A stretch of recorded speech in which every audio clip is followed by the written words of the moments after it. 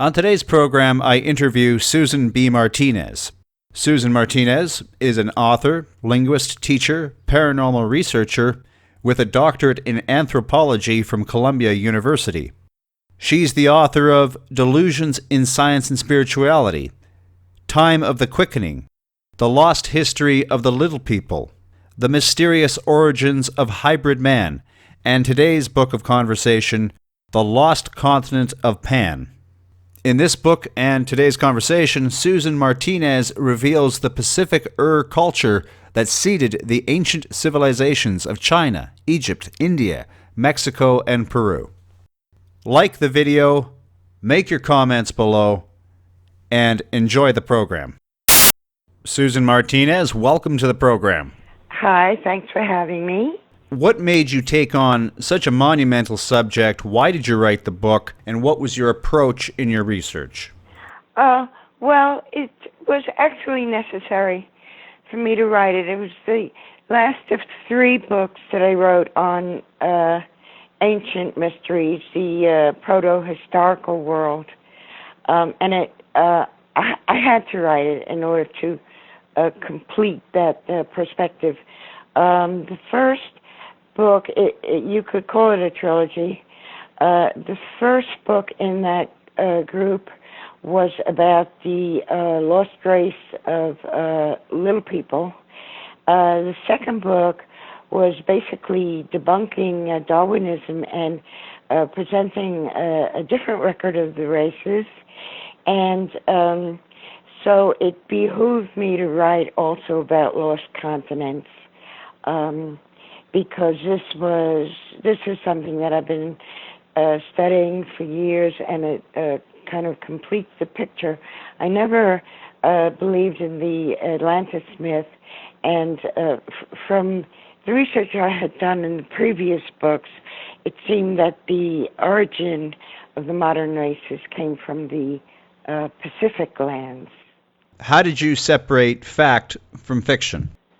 That's something you do from experience and years of work and good judgment and putting history back together again. There's really no simple answer to that. Even in everyday life, you have to use judgment at every turn. What made you come to the conclusion that the legend of Atlantis was only a myth? I finally came to the conclusion that Atlantis is more of a publishing phenomenon than a lost continent. I began to see that, modern writers tend to base their opinions on what a few of the ancients said, in particular Plato. Plato's discussion of Atlantis was mostly allegorical, and when the ancients did refer to Atlantis, they were referring to America, the Western Hemisphere, not to a lost island in the ocean. Now, you use the word Pan, but others have used Mu or Lemuria. Why are you using the word Pan? Yes, it's the same place as Mu, but it's not the same place as Lemuria. There's too much confusion surrounding the Lemuria story. If there's any historicity to Lemuria, that would be probably what they're talking about lately, lost lands in the Indian Ocean, not the Pacific. Do you think Lemuria existed, or much like Atlantis, do you think it's a myth? Well, I'm only speaking about the lost lands in the Pacific Ocean, so I'm not dealing with Lemuria or Gondwana lands, which others have talked about. I'm talking about a continent that went down 24,000 years ago, and from which the survivors populated the rest of the world and account for proto-history and prehistory. In other words, this would be the same, exact same thing as Noah's flood, which we know about from the Bible. But it did not occur in the Mesopotamian lands, which is what history teaches us, but was in fact the submergence of Pan in the Pacific. It's easy enough to talk about this in generalities, but that's why a book had to be written. Chapter by chapter, I go into the historical or prehistorical details that support this argument. Such as cultural similarities? Well, that's just the thing. The model I'm following has the survivors escaping from Pan in 5 separate fleets, landing in China, Japan, India, Africa, and America. And so they brought their genes with them, they brought their customs with them, and when we, in the latter day, find similarities between these far distant lands, here's a new way of interpreting it, that they were originally brothers and cousins from the same place. Are there similarities in languages that we can look at to support your thesis? Yes, there is, and we go through those things point by point. But we also have to sort out what came about as a result of transoceanic civilization, because that's another point of prehistory that is not very well understood today. The ancient peoples, long before the civilizations of the Sumerians and the Greeks and the Egyptians, were mariners. They crossed the oceans. They had relations with different continents. And so that's one way that customs and languages could have been spread. That's one way. The other way is that even before then, they were brothers from a common homeland. So, 24,000 years ago, there was this one world civilization called Pan.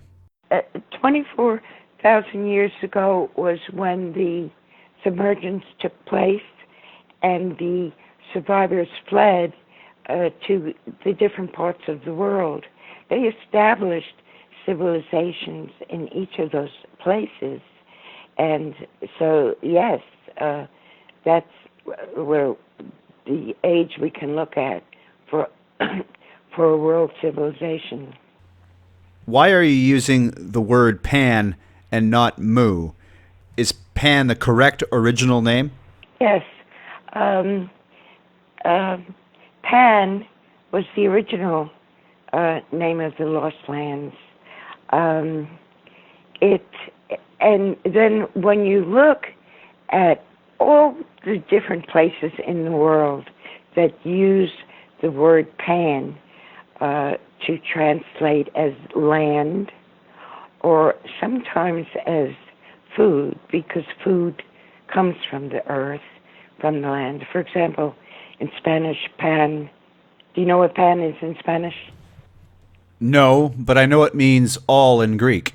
Bread, right. And it's the same in English. When we say Pan-American or Pan-Asian, it means inclusive of all those lands. Panoply, panorama, even pandemonium.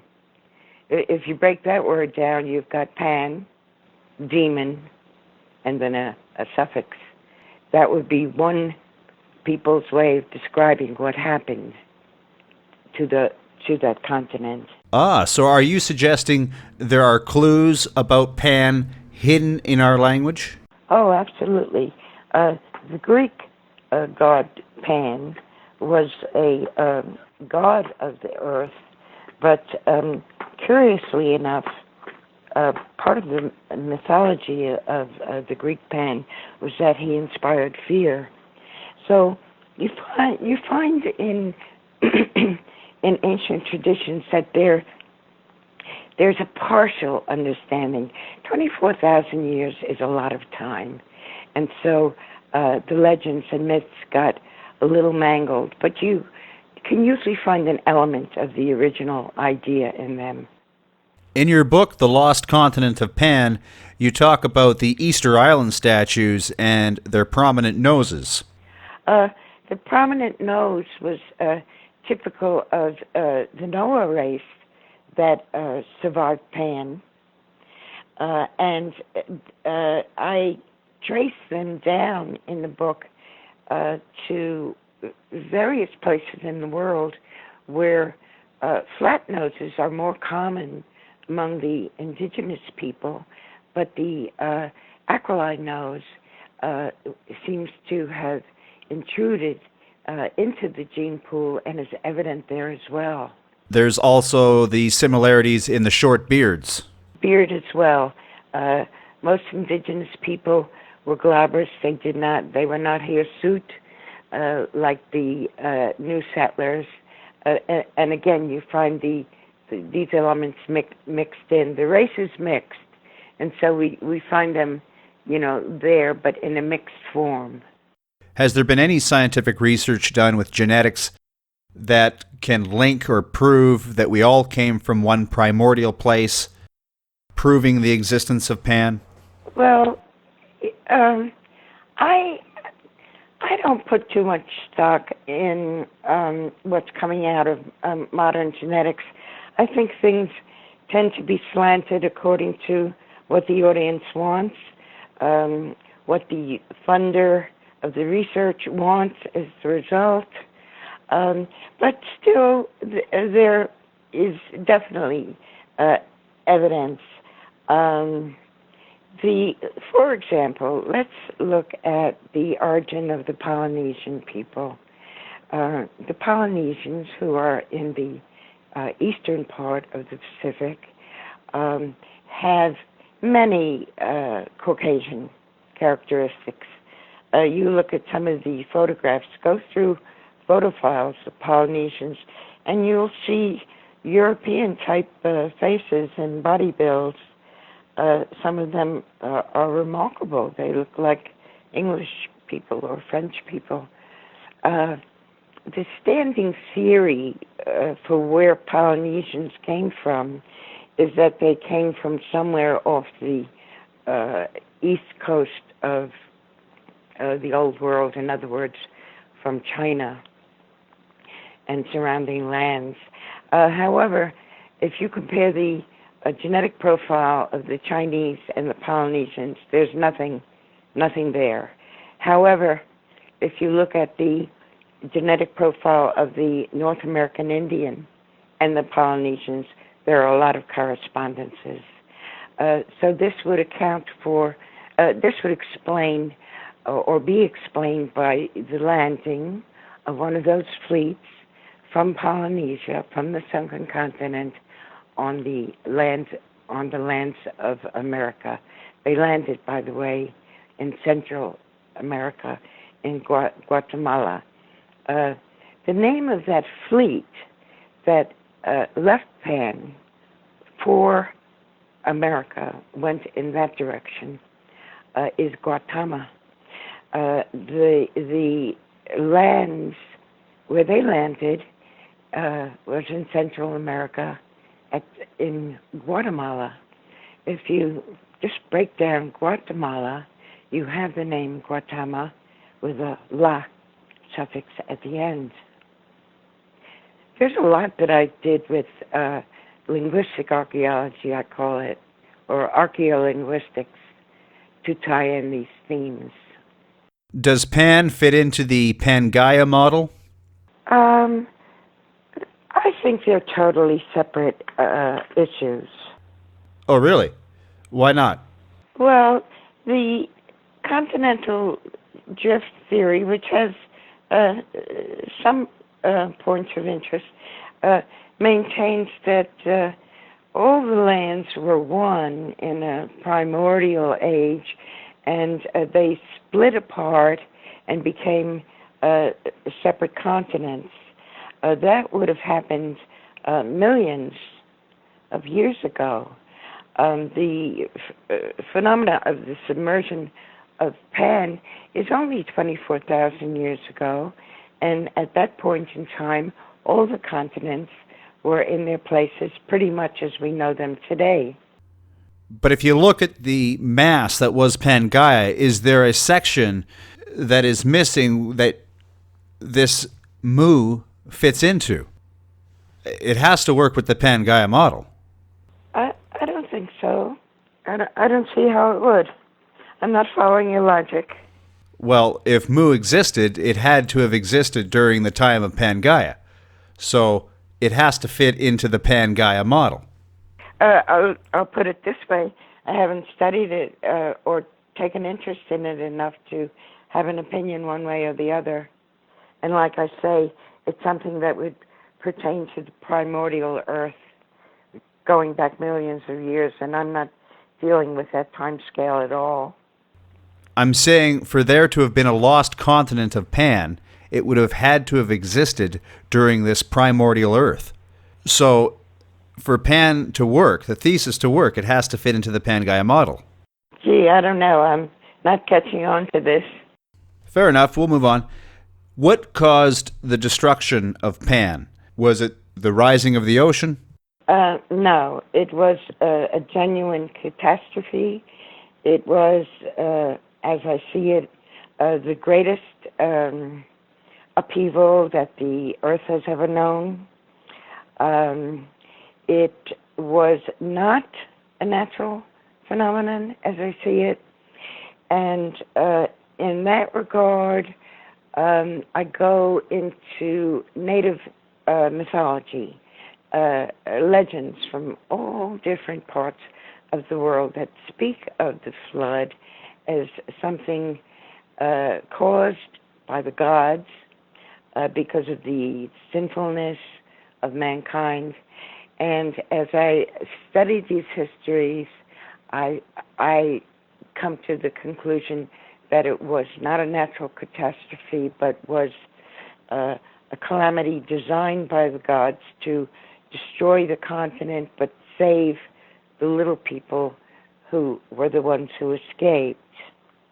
In your book, The Lost Continent of Pan, you say it was the sins of giants that caused the Great Flood.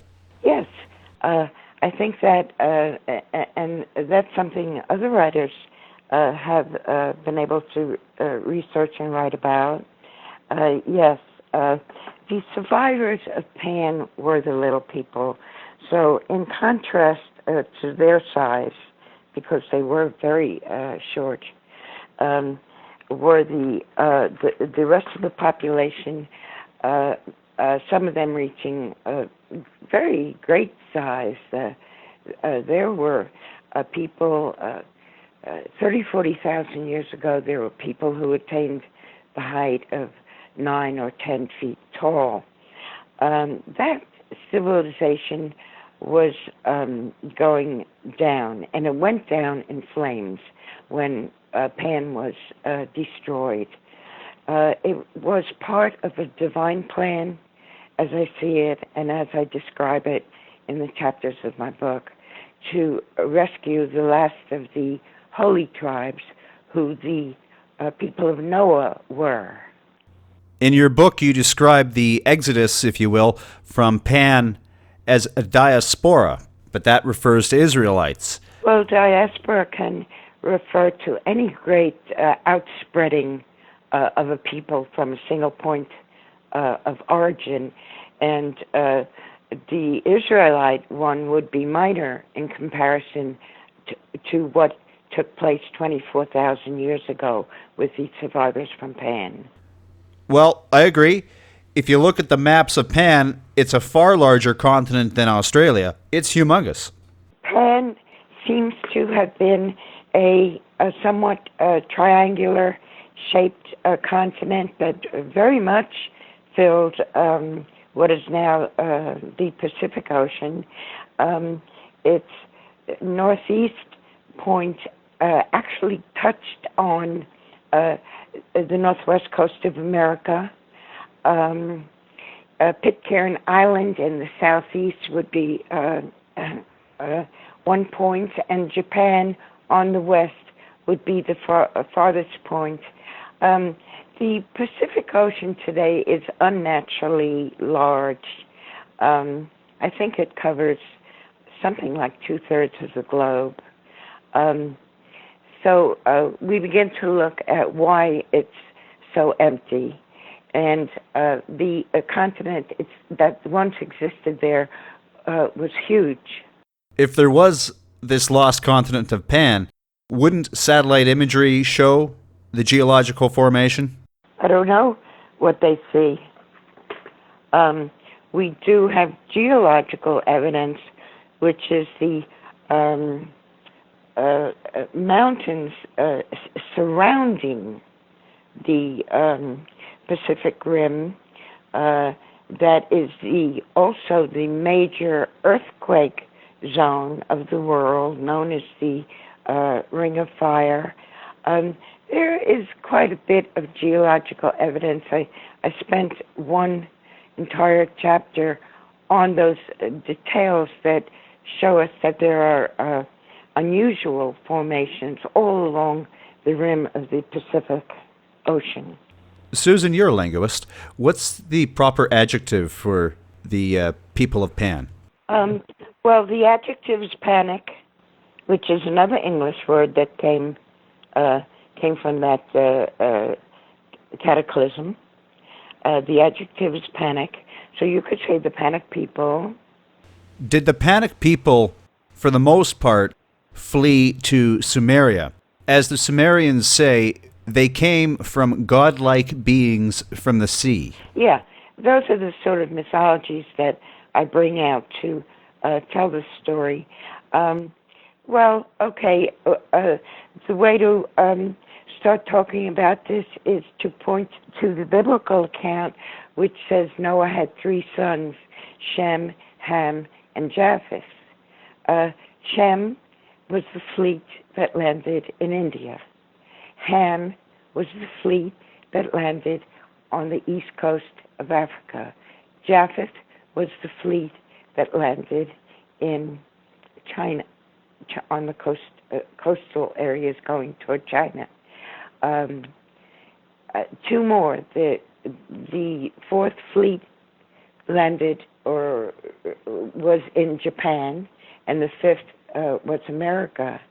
So there were 5 landing places, and the whole concept we have been taught in school and in the textbooks of civilization arising in Sumeria 7,000 years ago is going to go down in flames when the true story of man's origin emerges. Sumeria developed from the civilization that the survivors of Pan brought there, just as it happened in Egypt and all the other places of high civilization on the globe. You say Egypt, and when I hear Egypt, I think pyramids. And that's another one of these global similarities. Yes, this is true, but the pyramids were not the production of the sons of Noah. The pyramids came from a combination of peoples when the Noah people intermarried with the native people, and a new race sprang from that cross-breeding. They were a larger race. Some of them were giants, and they were the people who put up pyramids in various parts of the world. The survivors from Pan were not a worldly kind of race. They were the holy people in the world in their time. That's why the Bible remembers them as Noah and his sons, the great patriarchs.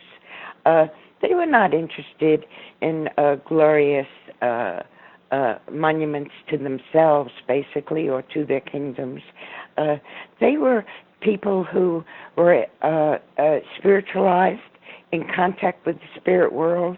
Much of their knowledge came from their angelic teachers. And so I am not one to study the pyramids and write about them. That's plenty of other writers are doing that. Susan B. Martinez, where can the audience get in touch with you? Is there a website? How can they learn more about yourself and your book? My publisher is Inner Traditions, and you can always contact me through them. I think my email address is on the publication page of the book itself, the ISBN page, and Amazon or Inner Traditions is where you can get my book. Susan B. Anthony, thank you so much for being a guest on the program. And thank you for having me. Susan B. Sorry, wrong name. But that was cute. No, let me read. No, I like it. Let me redo it. That was cute. Let me fix it. I like it, though. I like it. You think it's better, Susan B. Anthony? Not better, but I think it's so cute. Susan B. Martinez, thank you so much for being a guest on the program. Nice talking with you, Russell.